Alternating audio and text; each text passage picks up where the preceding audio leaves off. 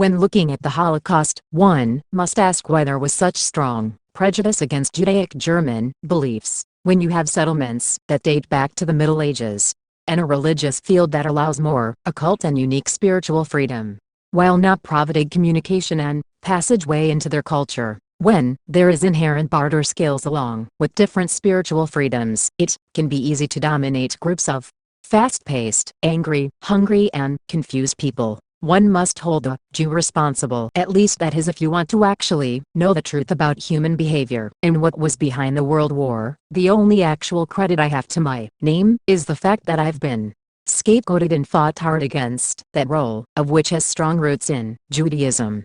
If anything, you can see the ultimate and very dense karma that arose due to the stubbornness of one culture. You can get angry at what I speak, yet it will only leave your own culture more vulnerable to heinous and unjust systems of oppression.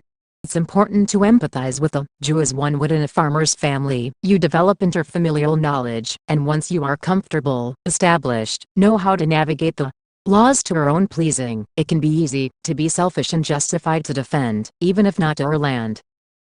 That is why Christianity continues to have more surface power than Judaism. The stubborn fact of reserved culture is not feasible anymore, as there are major communication blocks that can come from settling in religion without actual, relative, communal presence.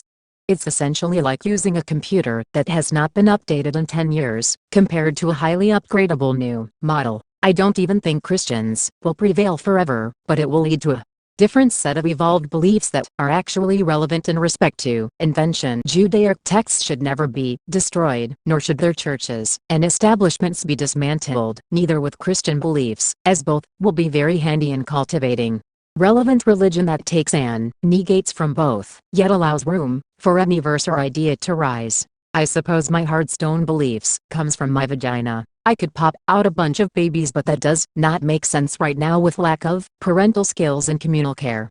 Right now, yet my vagina is bound to receive pleasure, and that should be heavily considered, which has never been fully considered by religious texts. We now live in more abundant fields of the mind and body. We must see texts such as seem oppressive because they actually had to utilize oppression without proper knowledge on psychology, water systems, etc. Without the Bible, Judaic, Islam, Hindu, Buddhist beliefs, there would not be preservation for large groups, which would have resulted in much less dense, yet competitive environments, as quality would be more obvious to the individual, compared to a group of friends.